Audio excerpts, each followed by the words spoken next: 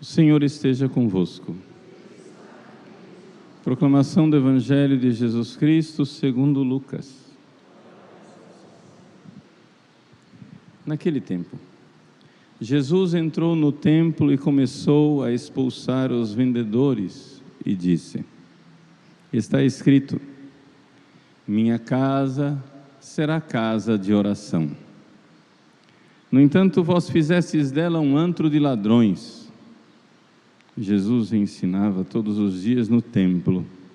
Os sumos sacerdotes, os mestres da lei e os notáveis do povo procuravam modo de matá-lo, mas não sabiam o que fazer, porque o povo todo ficava fascinado quando ouvia Jesus falar. Palavra da salvação.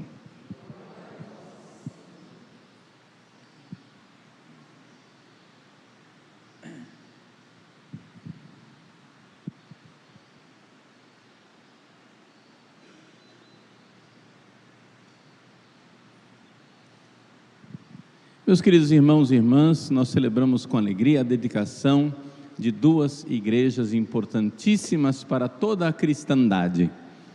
As basílicas de São Pedro, à beira da colina vaticana, o morro, o Monte Vaticano,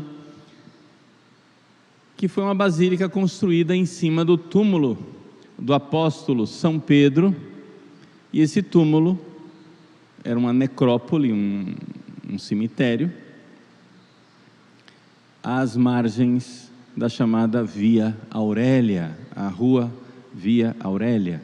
Era uma rodovia que levava para Roma, né? Todos os caminhos vão dar em Roma, era uma dessas vias de Roma.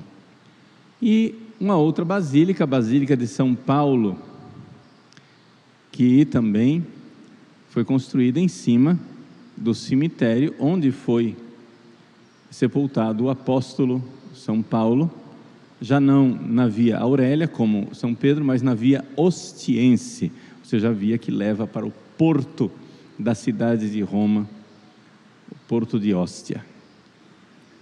Muito bem, nós sabemos que essas duas basílicas foram construídas em cima do túmulo dos apóstolos, porque antes mesmo de a igreja ser reconhecida por Constantino, nós temos um testemunho antigo, escrito, do século II, onde Eusébio de Cesareia, que é o pai da história da igreja, relata, não é, a história de um presbítero, de um padre de Roma, um sacerdote de Roma chamado Gaio, ou Caio, em que ele diz, numa carta, venha a Roma e eu mostrarei, não é, o túmulo dos apóstolos, o troféu dos apóstolos. A palavra que ele usa é essa, troféu dos apóstolos, ou seja, São Pedro e São Paulo foram sepultados em sepulturas simples, mas os cristãos, sabendo que era ali que eles estavam sepultados, desde cedo fizeram, né, um pequeno monumento, duas colunazinhas com um teto, etc., enfeitaram, enfim, o túmulo dos apóstolos. E as escavações promovidas pelo Papa Pio XII durante a Segunda Guerra Mundial, enquanto o mundo lá fora despencava, debaixo da Basílica de São Pedro havia escavações, e hoje a arqueologia pode dizer com toda tranquilidade, né, que encontrou o túmulo do apóstolo Pedro, está lá embaixo da Basílica Vaticana, com todas as seguranças de que é lá mesmo que o príncipe dos apóstolos foi sepultado. Bom, isso aqui é só uma notícia histórica. O que é que interessa para nós celebrar São Pedro e São Paulo com os seus túmulos? Interessa celebrar o seu martírio, o martírio desses dois grandes apóstolos. O martírio significa o derramamento de sangue para atestar a verdade. Mártir quer dizer isso, testemunhar. Testemunhar a verdade.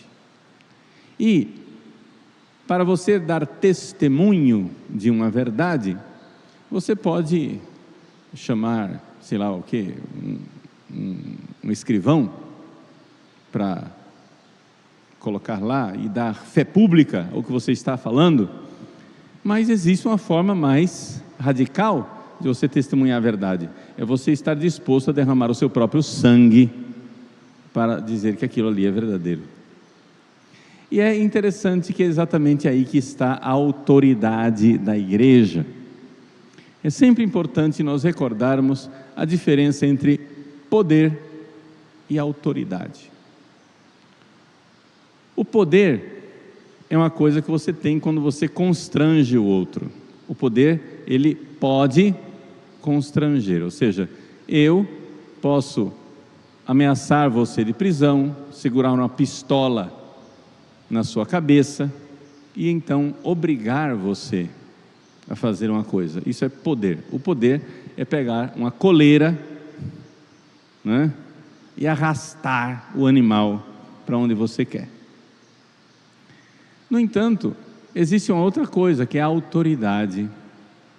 A autoridade que é a base de todo o poder. A autoridade, ela, eu digo, você vê a verdade ou não, e você segue se você quiser.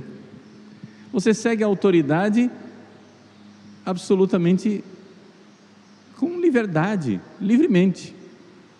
Você é livre para seguir a autoridade. Pois bem, nosso Senhor Jesus Cristo, antes de subir aos céus, Ele disse: toda a autoridade me foi dada sobre o céu e a terra. Então, é através da autoridade que a igreja evangeliza ao longo dos séculos. Depois, quando terminar a história, aí Ele virá com glória e poder. Então, Ele irá arrastar os demônios e os seus servos, os seguidores dos demônios, para os infernos. Aí Ele vai manifestar o poder. Por enquanto, nós não estamos na época em que nosso Senhor Jesus Cristo manifesta poder tão clamorosamente. Não, de vez em quando Ele, claro, mostra seu poder, mas nós estamos na época em que a igreja trabalha com autoridade, e vamos recordar como foi esse trabalho da autoridade dos apóstolos. Ora, você tinha de um lado o Império Romano. O Império Romano tinha poder, não é? Quando nasceu nosso Senhor Jesus Cristo, se vocês forem lá em Roma, existe, não é, um monumento chamado o altar da Arapatis, o altar da paz, que é da época de César Augusto, né? Em que está lá escrito nesse altar construído por César Augusto, altar da paz, altar à deusa da paz, para dizer, né, que César Augusto, imperador, havia dominado todas as nações, né? Toto orbe in pace composito. Todo mundo estava em paz. Mas qual era a paz augustana? A paz de Augusto era a paz da bota dos soldados romanos no pescoço dos outros, né? Ou seja, os soldados romanos foram lá, entraram na casa dos outros e impuseram a paz romana.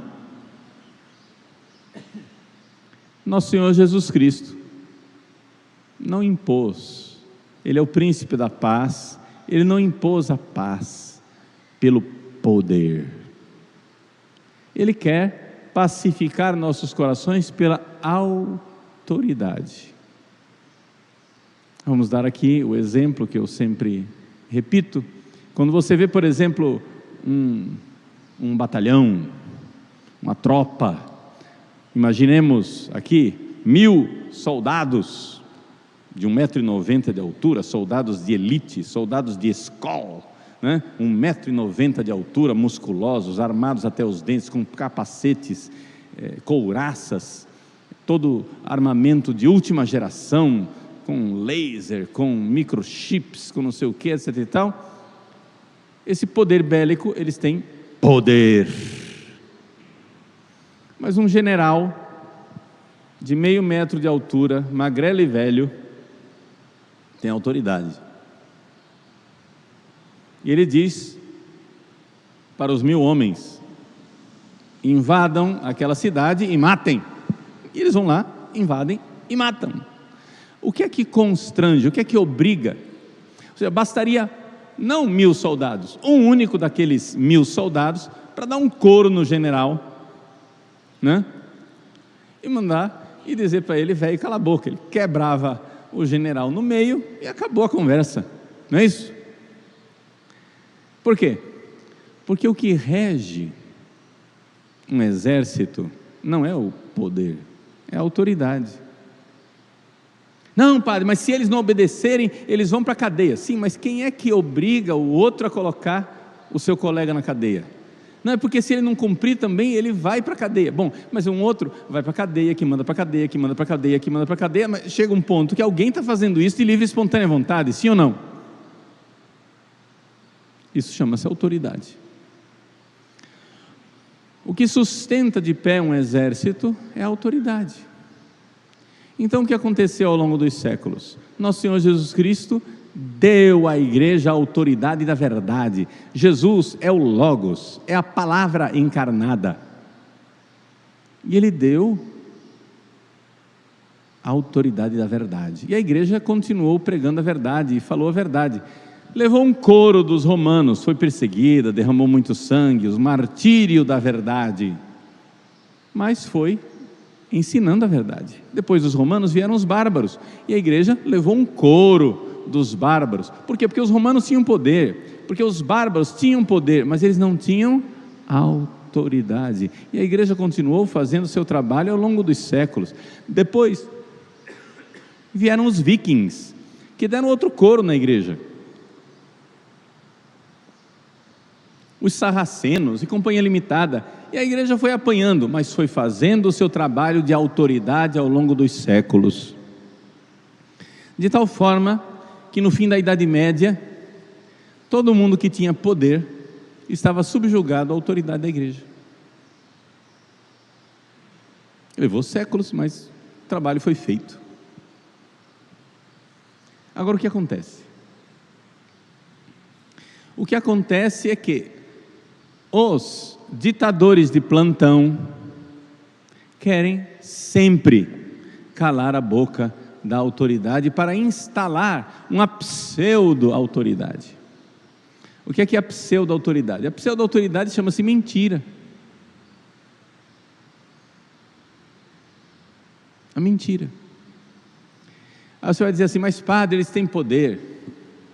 Padre, né, os ideólogos da mentira, eles perseguem a igreja, põem todo mundo na prisão, cala a boca, confisca, veta, censura, persegue. É isso que aconteceu ao longo dos séculos. Sim, mas acontece o seguinte, gente: a nossa missão, veja, nota de rodapé, não estou dizendo que você não vai ter que derramar seu sangue, tá? Preocupa não.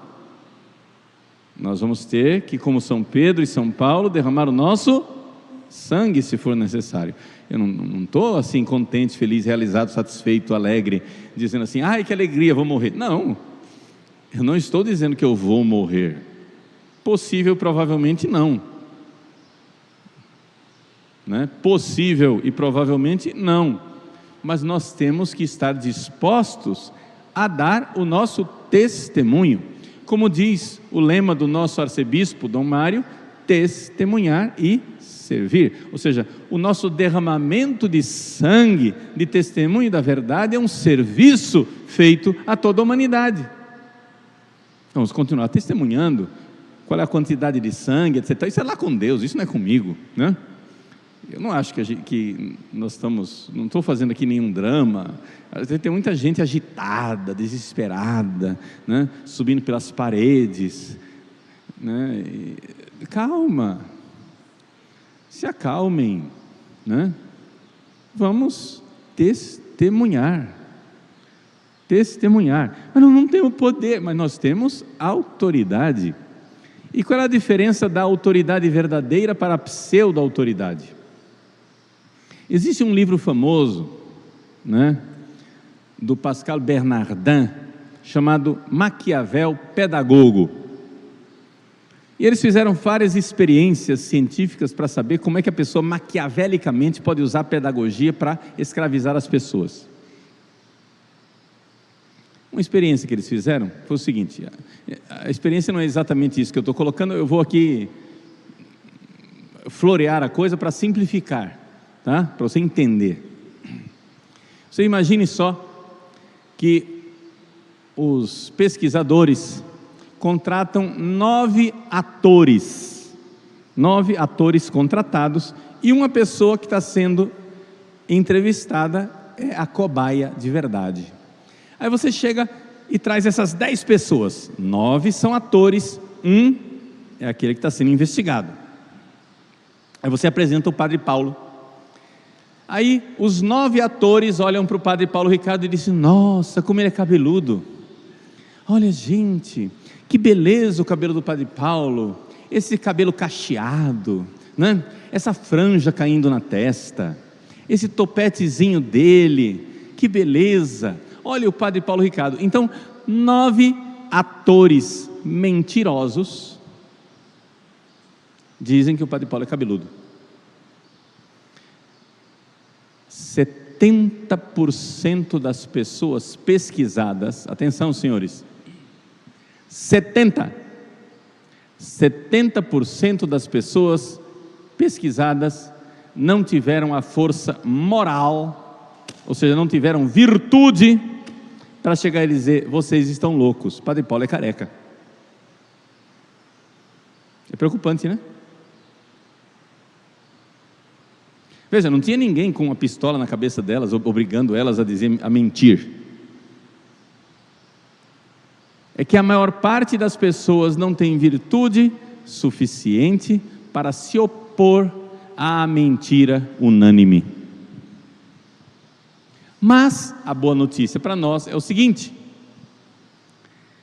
dos 9 atores, eles foram e mudaram, fizeram a segunda pesquisa e pediram para um dos atores dizer a verdade.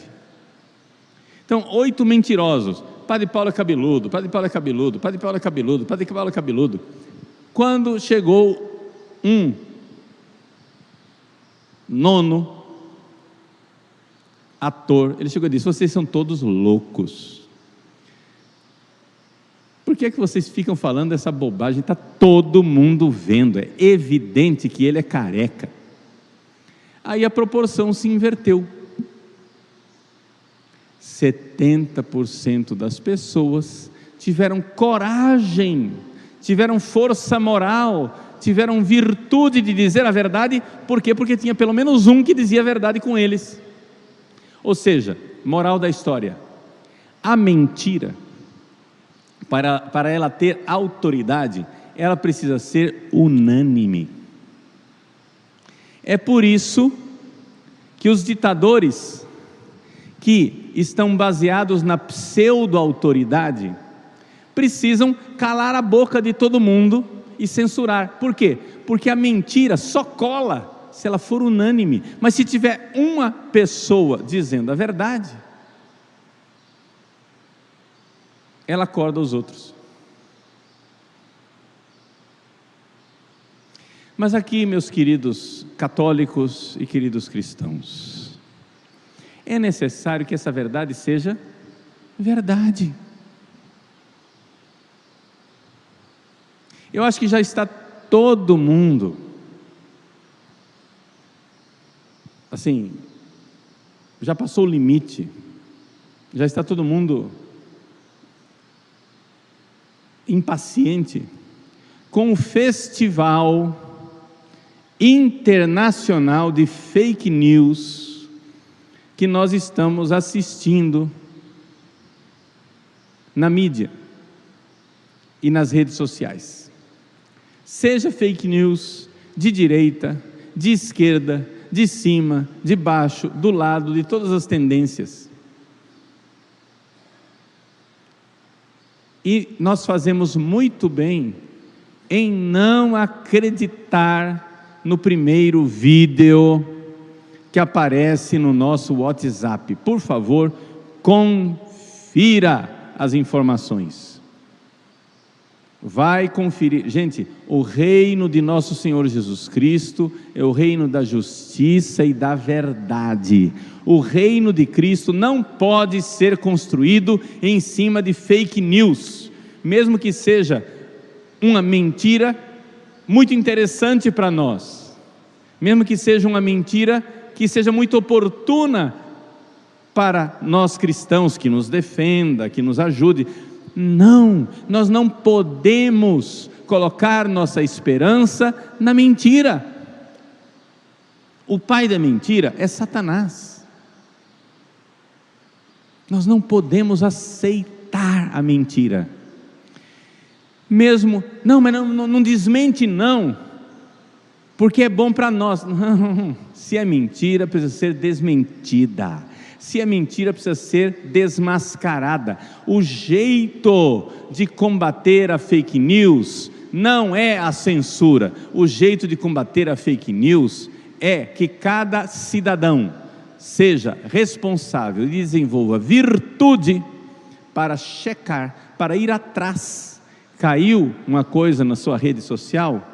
Não divulgue. Verifique primeiro.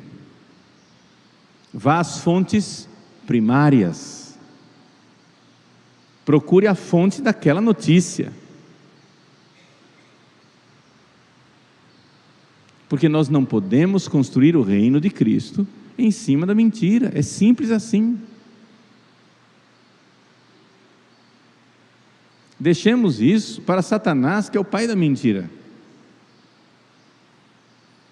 Agora, uma vez que nós cultivamos a verdade, uma vez que nós suamos, estudamos, gente, a verdade ela não é óbvia, você precisa ter muita virtude, muita perseverança para ir atrás da verdade. Sabe por quê? Porque a maior parte das pessoas, quando encontra a verdade, não abraça. Sabe por quê? Porque dói. Nosso Senhor disse que a verdade iria nos libertar. Ele não disse que a verdade ia ser gostosa, Ele não disse que a verdade ia fazer cócegas e nos fazer rir. Ele disse que a verdade libertaria. E foi isso que aconteceu ao longo da história.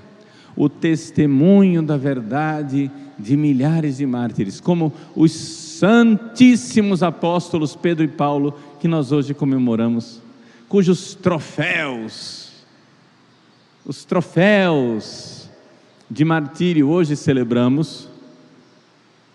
Os santíssimos apóstolos Pedro e Paulo foram testemunhas da verdade. A verdade ela não é de direita, a verdade ela não é de esquerda, a verdade ela é do alto. A verdade é de Deus, Deus que se fez carne. Então, o que é que nós precisamos fazer? Bom, precisamos fazer a tarefa de casa. Nós precisamos estudar. Não haverá verdadeira democracia em país algum se não houver um resgate da alta cultura que busca a verdade e da religião que busca a verdade. A alta cultura busca a verdade pela luz natural da razão. A religião procura a verdade pela luz sobrenatural da fé. São duas luzes. A nossa inteligência ela é uma só. A nossa inteligência é única. Nós só temos uma inteligência. Essa inteligência, ela pode ser iluminada pela luz natural da razão, ou ela pode ser iluminada pela luz sobrenatural da fé. Abracemos a verdade, mesmo que ela seja contrária, mesmo que ela nos desagrade. Serenamente, busquemos a verdade, lutemos para estudar a verdade. Tem muita gente querendo o abraço sem fazer o gol, entendeu? A Copa do Mundo está aí. Ai, me dá um abraço, você fez o gol? Então não vai ter abraço. Fazer o gol é estudar, é buscar a verdade,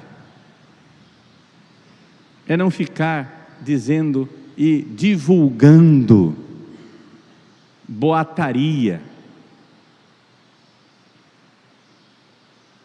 precisamos servir a Deus em santidade e justiça todos os nossos dias. Às vezes nos custa o sangue, como custou a São Pedro e São Paulo, mas é essa a autoridade da igreja, entendeu? Não, padre, a gente precisa fazer alguma coisa para não nos matarem. Então vamos fazer um longo processo de testemunho da verdade, né? Ao longo dos séculos, pode ser até que tenha muitos mártires nessa história, como São Pedro e São Paulo. Deus nos dê a graça de sermos fiéis no martírio, mas um belo dia a verdade triunfa, nós sabemos disso, Nosso Senhor garantiu isso. Nós não estamos aqui perguntando quem é que vai ganhar. Jesus já disse que Ele vai ganhar. Já está dito, venceu o leão da tribo de Judá. Lá no obelisco da Praça de São Pedro, lá na Praça de São Pedro está o obelisco de Nero. Quem foi Nero? Nero é o cara que mandou matar São Pedro. Tem alguém venerando Nero, cultuando Nero, dizendo que Nero é muito legal? Não, Nero tinha poder, mas não tinha autoridade. O que é que os papas fizeram? Pegaram um obelisco que estava no centro do circo de Nero, o mesmo obelisco que viu o martírio de São Pedro, colocaram no centro da Praça de São Pedro, colocaram a relíquia da cruz de Cristo em cima e escreveram embaixo assim: eis a cruz de Cristo, venceu o leão de Judá, fugi, partes adversas.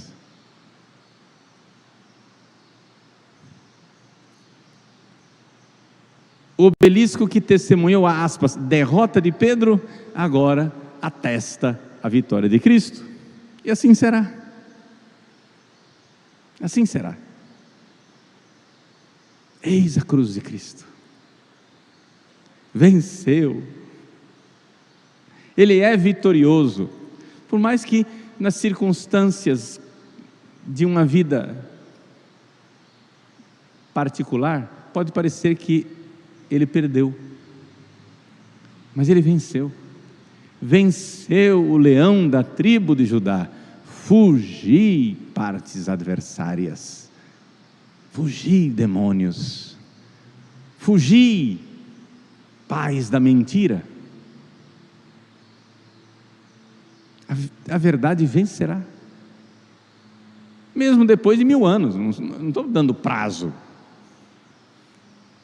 Mesmo depois de milhares de mártires, eu não estou dando o preço, mas nós sabemos quem vencerá. E a pergunta é: de que lado você estará quando ele vencer? Serenidade, entrega a Deus, confiança em Nossa Senhora. Nossa Senhora não falha, meus irmãos. Nossa Senhora não falha. Ela é mãe bondosa, mesmo quando na sua bondade providencia bondosos castigos para seus filhos, para que eles se convertam e não se percam no inferno. Beijemos a mão dessa mãe e senhora, confiantes, como crianças, nos joguemos nos braços de Nossa Senhora. Venceu o leão da tribo de Judá, fugi, partes adversas.